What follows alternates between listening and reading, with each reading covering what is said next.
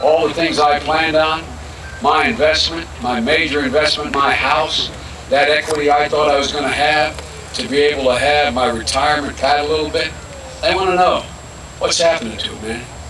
You know, the question for all of you, because you here in the state of Ohio may ultimately decide the fate of this country by who's going to be the next president of the United States of America. They want to know who is going to be able to take up the challenge and answer all of those questions and others that I have raised. Now, I may be a little biased here, but I think I know who the guy can do that is, and it's Barack Obama.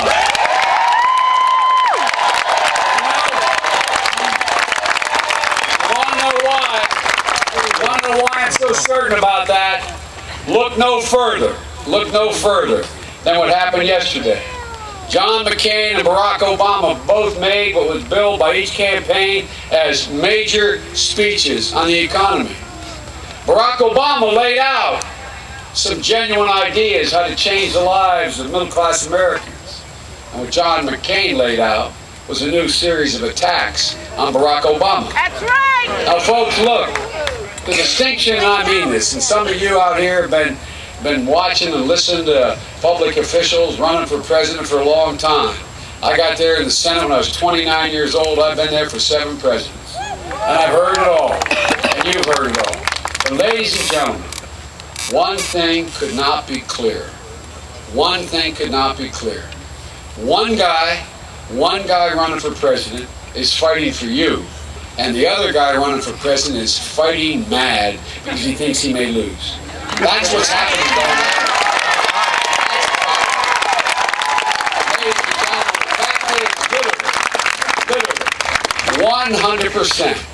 100% of the advertisements being run by John McCain's campaign now, 100% are negative. There's not one positive commercial being run. Every single ad. You know, these attacks, and some of them are pretty scurrilous on Barack Obama. These attacks don't hurt me or they don't hurt Barack Obama. What they do is they hurt you. They hurt the American people because it's an attempt to distract you from the things that affect your everyday life. A lot of people are in trouble. A lot of people have been knocked down, man. And although I have to say in John's defense, I can see why he'd want to distract you. Here in Ohio, the median income has dropped more than $2,000. Drop, usually goes up, drop $2,000 for the median income in Ohio, just since 8 years ago when Bush was elected. In Ohio, as has been pointed out by Rich, or maybe it was Sheldon, 240,000 manufacturing jobs lost in the last 8 years. Almost 250,000 jobs. And they're good paying jobs. Paying jobs that allow you to live a middle-class life and have your kids in a safe neighborhood and have a decent home. Ladies and gentlemen, we're seeing right now just north of us hundreds of steel workers at the Severstall plant, steel plant, and being laid off right now as we speak. I said her what I thought. She was only in 6th grade the last time John had a good idea.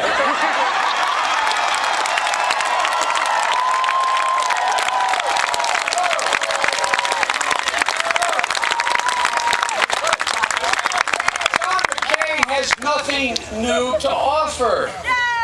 I think that's why you're seeing the McCain campaign becoming so erratic, relying on political stunts and offering no real solutions. Even the conservative magazines are saying he has to fire his whole campaign staff. Well, I don't think it's about that. I think John's mad because he doesn't quite know what to do or say. Ladies and gentlemen, look how John McCain responded to the current economic crisis. He's a good man. He really is a genuine war hero. This is a guy who gave for his country. This is a guy I've known for over 3 decades. But folks, we need more than a brave soldier. We need a wise leader to get us there.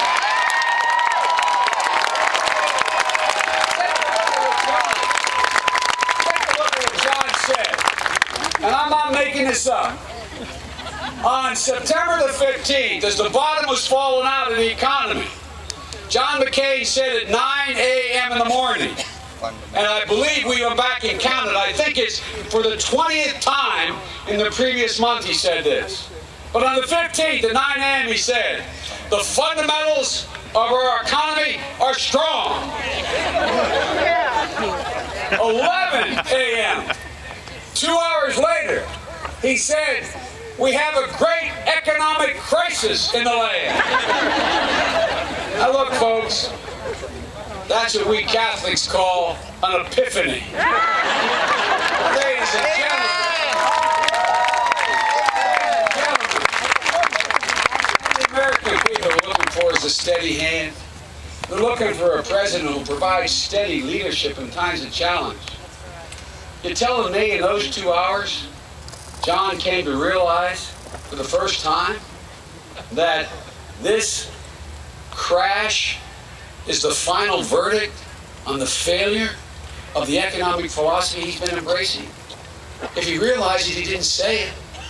Folks, John McCain didn't see the light in those 2 hours. He didn't have an epiphany. What John McCain saw was the presidency slipping from his grasp, and he didn't know what to do about it. He didn't know what to do about it. Ladies and gentlemen, what has he suggested since then that's actually going to deal with your lives? Folks, when Barack Obama is president, we're not going to be waiting for our luck to change. We're going to change our luck. That's what Americans do. Change our luck. That's what we've always done. That's what Americans have always done. We've never waited. We've never waited around. The one thing Barack Obama understands better than anybody I've seen running for president in the last, and I ran against him. I tried to get the nomination. I couldn't figure out what it was. This guy caught lightning in a bottle. What was it? What was it? I'll tell you what it was. I figured it out. I'm not joking. Barack Obama tapped into the soul of this country. The American people who know it's not written anywhere. Nowhere is it written that we have to accept our circumstances as we find them. We can change them, and we will